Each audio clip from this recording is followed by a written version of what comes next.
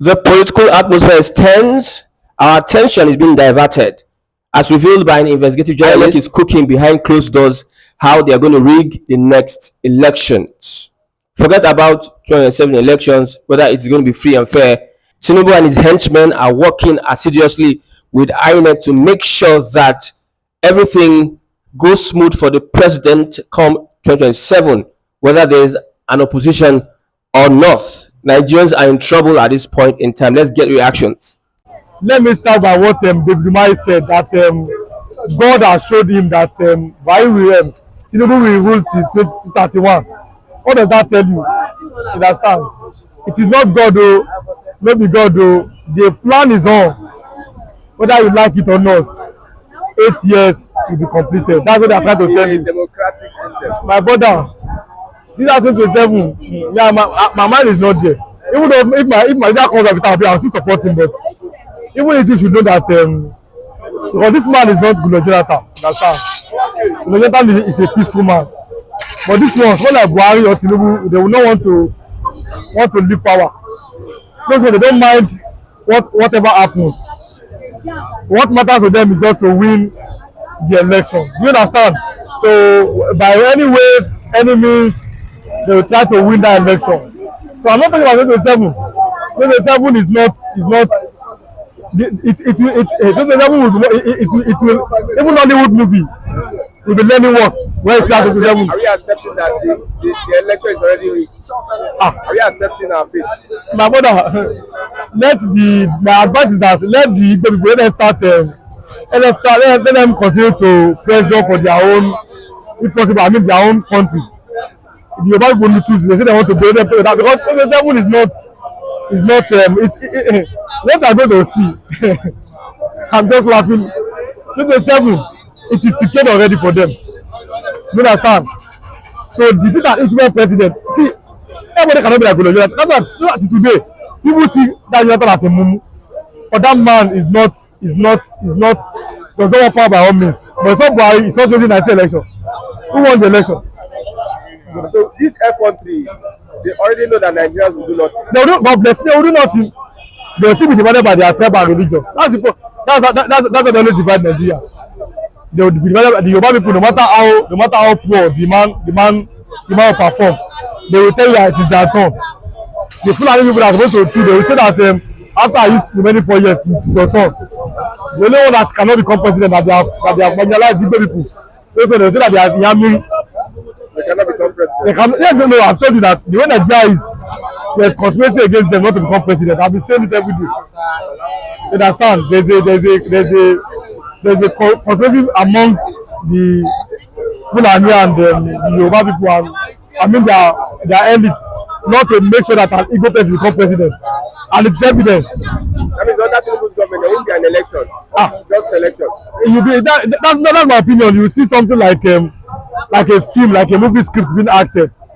Very soon you are going to see, maybe I'm just saying maybe, because you are going to see maybe a Yoruba person as an Inec chairman. I'm going to see many things.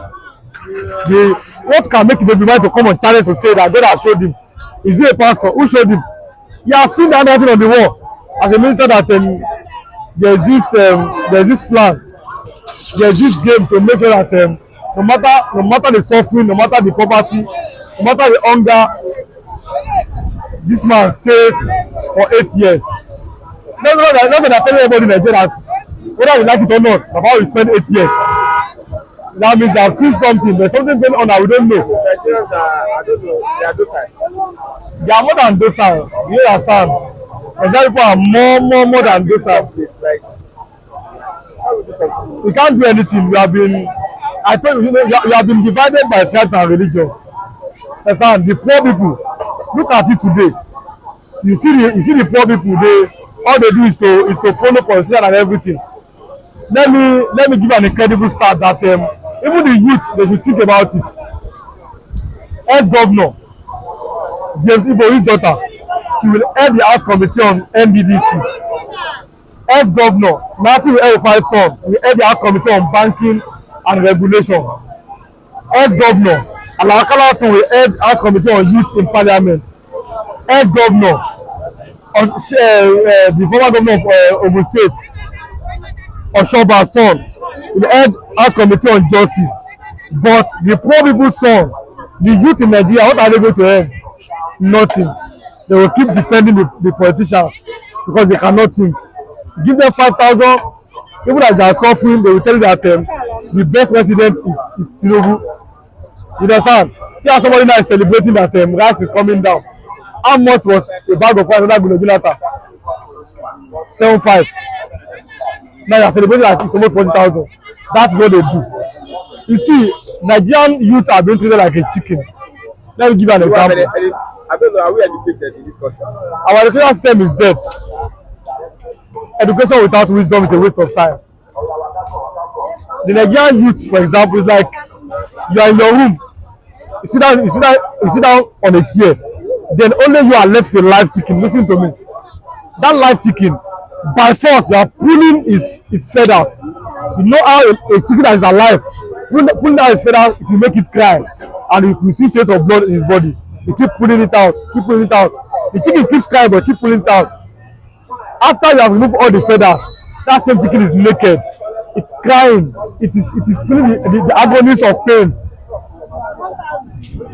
Then what do? That same chicken, when you are sitting down, you now put corn under your seat.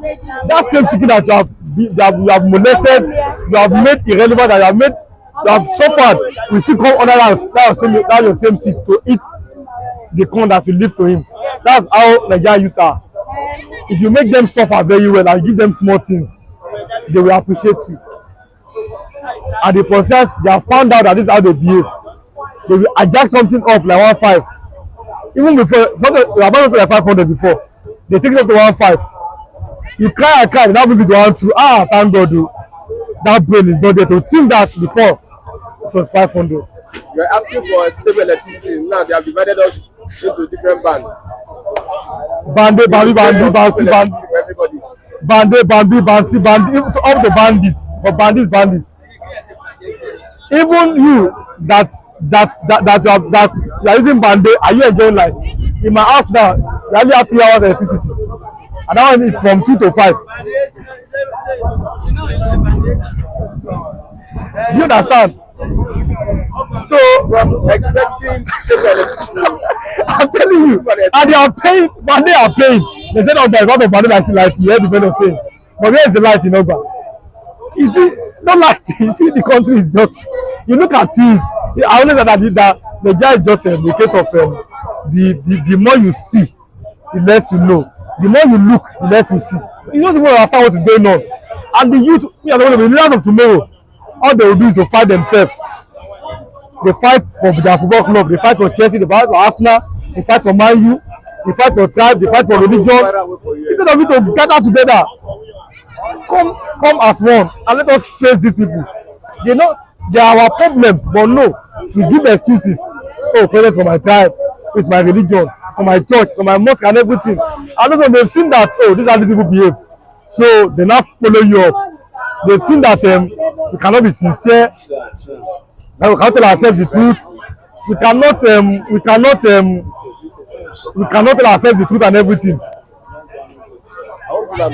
You understand? So these are the problems. We should tell ourselves the truth in Nigeria until the youth come out and say enough is enough. Let us face this people. Not with. Is there any hope? Because the way you are talking, you are tired of the whole situation. I'm tired because I want to. Maybe one day we'll talk about it, that why Nigeria is not one. But let me go to historical perspective, because I have many of the viewers who always want to listen, and they know that when they listen, I don't come here to deceive anybody. I come here to say my mind. Like I've always said that in John 8:32, Jesus says that we shall know the truth and the truth shall make you free.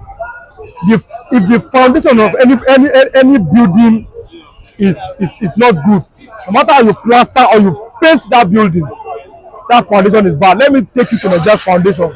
What we are not working. We'll talk about it one day. Pre-colonial Nigeria, the British, they were ruling us with indirect rule. Then let me start from the north, the Hausa people. indirect rule in the north, it was 100%. Why? Because anything the emir says, they have emir. This I'm using Sokoto Empire as an example. So now anything the emir says to them in the north, they believe. They don't question the north. They don't question the emir. For example, in Nigeria today, let me use Yoruba. Let me start from Yoruba land. If you go to Ife, let me use Ife as an example. If you go, you say Osun, give us a traditional ruler. Your name of Ife will come out. Okay, Osun, give us a religious leader. Now, you either see the chief imam of Osun State come out, or the African bishop, or the Catholic bishop, or whoever is head of Christianity in Osun State will come out. They are two different people. If you go to Igbo land as an example, let me use Anambra as an example. Anambra State provide for us a traditional ruler. The Obi of Onitsha will come out. The Obi of Onitsha will come out. You don't have to tell the same Anambra State, okay, provide for us a religious leader. The Catholic bishop of that place will come out, or the Anglican bishop. You go to the north, for example, Sokoto State, provide for us your traditional ruler. The Sultan of Sokoto will come out. Again, provide for us your religious leader. That same man again will come out. Same thing in Kano, same thing in Borno State as an example. So when indirect rule was happening in Nigeria, it was success in the north. They don't question them. They don't question their leaders. 100%. They see their leaders that as a king and as divine, like a mouthpiece of God. Let me come to the southwest. I'm using Oyo Empire as an example. In Oyo Empire, there is the king. The king is not 100% like traditional, like the north. Then the king has Oyo Mesi. Those ones are like the Senate or the judiciary. They have check and balances. If they are tired of him, they will impeach him by providing for him a calabash. That king must commit suicide in the old Oyo Empire. So the British, they made up like a presidential democracy in Yoruba land. Then there was the chief of army staff, Ayo Kakafo. He again does not live in the city. He has something like a military base. He stays outside. Whenever there is war, he comes. That same thing that it was 100% in the north. It was like 50% in the southwest in Yoruba land. The same indirect rule. Now let me go to the east. I'm telling you the history of how we came together. In the Igbo land, the same thing that work in the 100%, work in the south 50%. It was 0% in Igbo land. Why? They don't have a central figure. Those ones, they have like clan. So they have elders. So there's no, so that means an Igbo man, they are republicans in nature. So somebody cannot sit everybody go like this. No. They have plans. You now join those three of them together, and you expect that nation to work. I'll talk about it one day. Why Nigeria is not working? That's one of the reasons. So you can't expect such a nation like that different ideologies, different mentality, and everything to work. I'm a Yoruba person. I can come and do that to order. A foreign man has done that. And Igbo man will do like that. You understand? So this is, they've seen that. How do you do this? The leaders, the politicians, what they do is just to divide and rule. And they have some people online they use. Yes, they have them offline too. There are people now, because they are collecting money from maybe local government every month, allowance, no more money. They are ready to defend the government to the death. Was it not the youth that was fighting for when you were a youth? They gave you an opportunity to become a governor. Look at how he spent his time as governor. Okay, come and account for the money that have been trusted to you. You could not account. Now the current governor now came all the way from Kogi State to Abuja to rescue him. Look at how the youth were part of the convoy. They were singing happy. We are the one that the man stolen is our future. For how much? For a morsel of meat. For 5,000, for 10,000 naira. Not even offline, not even online, offline here. So I'm being paid to cause divisions in Nigeria. So I'm being paid every time to attack only the Eagles, to attack the town. They are being paid every day. So understand? So those of they've seen that the youth are not ready for anything. In Senegal, a 44-year-old man now is the president. It can never happen in this place. It can never be like Can never happen. That 44-year-old man now will be fighting for position or he be snatching ballot box up and down. Do you understand? So this is the problem. So they've seen that youth are not ready. But in every nation, when we are young, we need to see that children are leaders of tomorrow. Only in Nigeria, that song is foolish and it's a useless song. In Nigeria, the elders are the leaders of tomorrow. The same people that have been ruling for how many years will come back. So what is the problem? What is the hope of the Nigerian common masses? That should be the question we should be asking ourselves. But the only time we need to only united or only doing NSAS because they were killing them. You know, when those SARS were killing different people, not because I crime and religion. Yeah, Muslim they will kill you. All those things. So you decide to form that no, enough is enough. I went to lecture and everywhere. In that time, Muslim Christian go Yoruba Hausa. Still not after the end of the incident, they tied that SARS and Igbo somewhere that the Igbo want to burn down Lagos. You understand? So these are the problems. Until well, we all know the truth, but until we sit down and tell ourselves the truth, then the truth will set us free. But if we keep playing and we keep deceiving ourselves in this nation, we are not going anywhere as a people. Thanks for having me. God bless you.